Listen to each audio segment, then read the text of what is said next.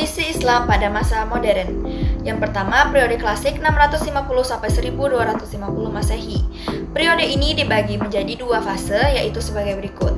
Yang pertama, fase ekspansi, integrasi dan puncak kemajuan 650 sampai 1000 Masehi. Fase ini merupakan Islam menyebar dengan pesat melalui Afrika Utara sampai ke Spanyol pada daerah barat dan Persia sampai ke India pada daerah timur. Yang kedua, fase disintegrasi 1000 sampai 1250 Masehi. Yaitu fase umat muslim mulai pecah karena masalah politik. Yang kedua, periode pertengahan 1250 Masehi sampai 1800 Masehi. Periode ini juga memiliki dua fase. Yang pertama, fase kemunduran 1250 sampai 1500 Masehi. Fase ini merupakan lanjutan dari perpecahan kaum muslimin. Sistem khalifah sudah tidak diterapkan lagi. Yang kedua, fase 3 kerajaan besar 1500 sampai 1800 Masehi. 3 kerajaan besar yang dimaksud adalah Kerajaan Utsmani yang berada di Turki, Kerajaan Safawi di Persia, dan Kerajaan Mughal di India. Yang ketiga, periode modern 1800 sampai dengan sekarang. Masa modern disebut juga masa pembaruan. Pembaruan Islam adalah upaya untuk menyesuaikan paham keagamaan Islam dengan perkembangan yang ditimbulkan kemajuan ilmu, pengetahuan, dan teknologi modern. Periode ini merupakan periode jatuhnya Mesir pada orang Barat. Setelah jatuhnya Mesir ke tangan bangsa Barat, menyadarkan umat Islam bahwa di Barat telah timbul peradaban baru yang lebih tinggi dan merupakan ancaman bagi Islam. Pada tahun 1469 Masehi, Bartholomeus Dias menemukan Tanjung Harapan di benua Afrika. Adapun hal-hal yang mendasari bangkitnya Islam di dunia antara lain adalah sebagai berikut.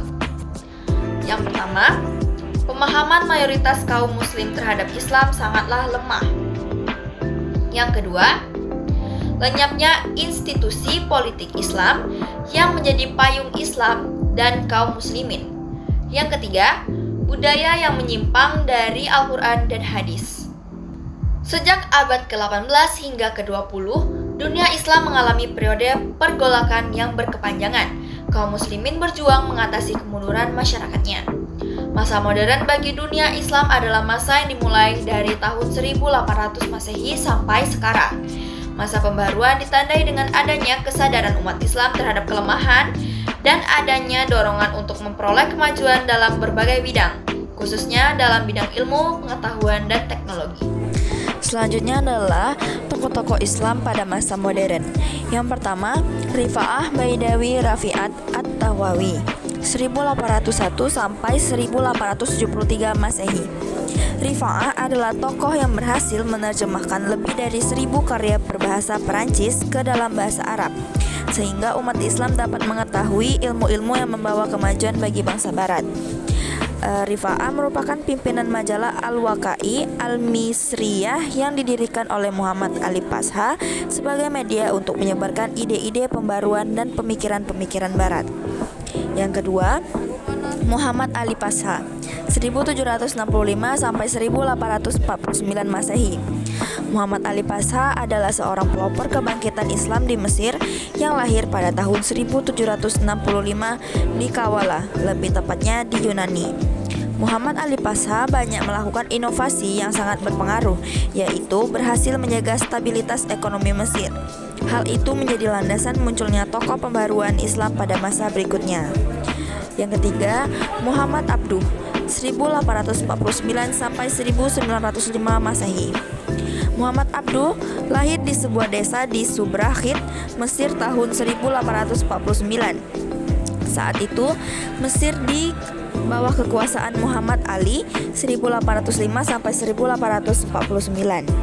Semasa hidupnya, Abduh banyak menulis buku, majalah, surah kabar, dan brosur-brosur. Buku-buku yang ditulisnya seperti Al-Islam Din Al-Ilm wa Al-Madaniyah, Risalah Al-Tajwid, Makamat Badi Al-Zaman Al-Hamdani, dan lain-lain. Nah, keempat yaitu ada Rashid Ridha pada tahun 1865 sampai 1935 Masehi. Rashid Ridha sendiri lahir pada tanggal 27 Maidil Awal 1282 Hijriah atau 23 September 1865 Masehi. Tapi arsip Kementerian Dalam Negara Kerajaan Utsmani, ia lahir pada tahun 1279 Hijriah. di Kalamun, suatu desa di Lebanon.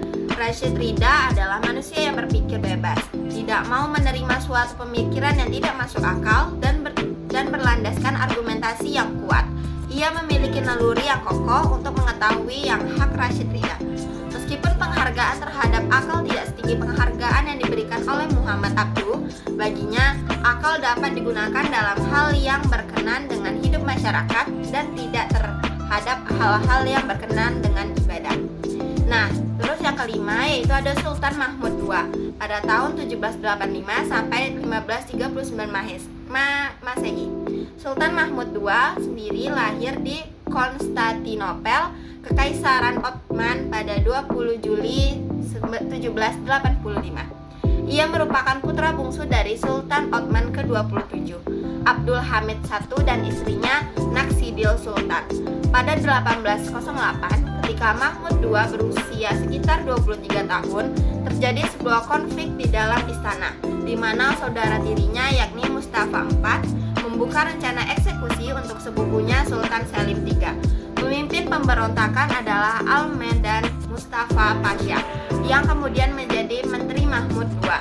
Dalam peristiwa ini, Selim III wafat, sementara Mahmud II disembunyikan oleh ibunya agar tidak menjadi korban selanjutnya. Mustafa IV berhasil digulingkan dan Sultan Mahmud II diangkat menjadi khalifah pada tahun 1808. Selanjutnya yang keenam yaitu Jamaluddin Al-Afghani pada tahun 1838 sampai 1897 Masehi.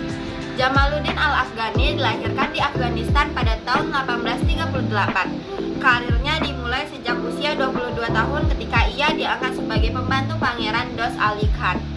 Al-Afghani resah melihat umat Islam yang tidak bersatu dan terbelakang. Ia mengumandangkan ide Jamiah Islamnya. Bagi Al-Afghan, umat Islam mundur karena meninggalkan ajaran agamanya dan banyak mengikuti ajaran dari luar Islam. Agama Islam menjadi sekedar ucapan lisan dan tulisan di atas kertas. Baik diwujudkan dalam kenyataan, kemunduran umat Islam juga disebabkan karena perpecahan internal yang melahirkan berbagai kelemahan. Lalu selanjutnya yang ketujuh ada Muhammad Iqbal tahun 1877 sampai 1938 Masehi. Muhammad Iqbal lahir di Sialkot pada tahun 1877. Ia berasal dari keluarga kasta Brahmana Kashmir. Ayahnya bernama Nur Muhammad yang terkenal saleh. Ia dimasukkan ke maktab untuk mempelajari Al-Quran, kemudian ke Scottish Mission School mempelajari pelajaran agama, bahasa Arab, dan bahasa Persia. Muhammad Iqbal merupakan sosok pemikir multidisiplin. Sebagai pemikir muslim dalam arti yang sesungguhnya, Iqbal telah merintis upaya pemikiran ulang terhadap Islam demi kemajuan kaum muslimin. Hukum dalam Islam menurut Iqbal tidak bersifat statis, tetapi dapat berkembang sesuai dengan perkembangan zaman. Al-Quran senantiasa mengajarkan serta menganjurkan pemakaian akal terhadap ayat atau tanda yang terdapat pada alam, seperti matahari, bulan, bintang, pergantian siang dan malam, serta sebagainya. Karakter berpikir dinamis adalah karakter berpikir yang bersifat kritis dan kreatif, yang terus berkembang dan maju, sehingga orang berpikir dinamis tidak akan merasa tertinggal oleh zaman. Lalu yang kedelapan ada Kiai Haji Ahmad Dahlan tahun 1865 sampai 1923 Masehi. Kiai Ahmad Dahlan lahir di Yogyakarta 1 Agustus 1868. Nama kecil Ahmad Dahlan adalah Muhammad Darwisi.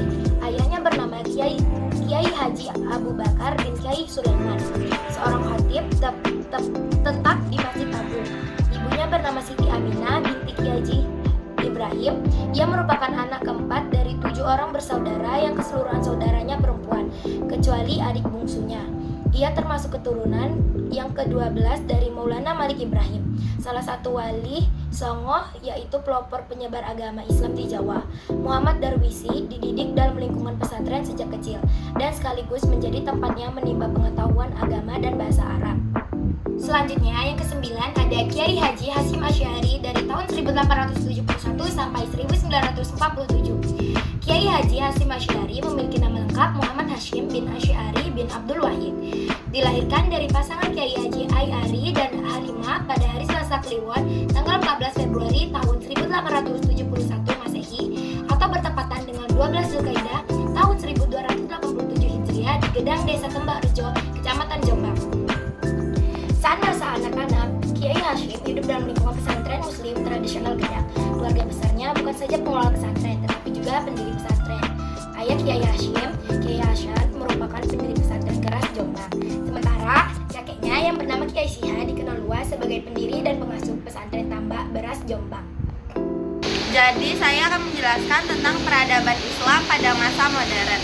Nah, pada masa pembaruan atau modern ditandai dengan adanya kesadaran umat Islam mengenai kelemahan dirinya dan adanya dorongan untuk memperoleh kemajuan agama Islam dalam berbagai bidang, terutama dalam ilmu pengetahuan dan teknologi. Nah, yang pertama, pengaruh Islam masa modern bagi Indonesia. Gerakan pembaruan yang ada juga dirasakan oleh umat Islam di Indonesia. Masuknya ide pembaruan ke Indonesia melalui dua cara. Pertama, melalui masyarakat Arab baik yang berdagang maupun yang ingin menetap. Kedua, melalui para jemaah haji dari Indonesia. Para pelopor gerakan pembaruan antara lain Syekh Ahmad Sukarti dengan Jami'atul Khair dan Al-Irsyad. Jamaah haji yang berasal dari Indonesia melihat dan merasakan pembaruan yang terjadi di dunia. Hal ini menjadi inspirasi bagi mereka untuk melakukan hal yang sama di tanah air. Kaum muslimin yang ada di Minangkabau menjadi pelopor gerakan pembaruan. Hal-hal yang mereka lihat selama menunaikan ibadah haji diterapkan dalam keseharian. Yang kedua, hikmah belajar peradaban Islam pada masa modern. Mempelajari sejarah Islam dan peradabannya tentu mempunyai manfaat yang sangat besar bagi kita semua. Adapun pelajaran yang dapat kita ambil dari peradaban Islam pada era modern sebagai berikut. A. Harus menjaga nilai-nilai tauhid dalam akidah Islam. B. Menjaga persatuan dan kesatuan. C. Meningkatkan kesadaran dan pentingnya ilmu pengetahuan. D. Menjaga integritas dalam Islam. E. Meningkatkan penguasaan ilmu teknologi. Kemurnian ajaran Islam maksudnya adalah ajaran Islam yang tidak tercampur dengan budaya manusia dan pengaruh dari luar. Apabila suatu ajaran tercampur dengan budaya manusia, maka ajaran tersebut akan menyimpang. Perkembangan Islam pada masa modern masih terdapat banyak penyimpangan ajaran Islam.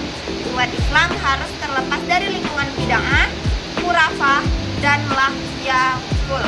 Akan tetapi, jika budaya manusia tersebut tidak melanggar syariat Islam, maka tidak masalah tidak dapat dijalankan.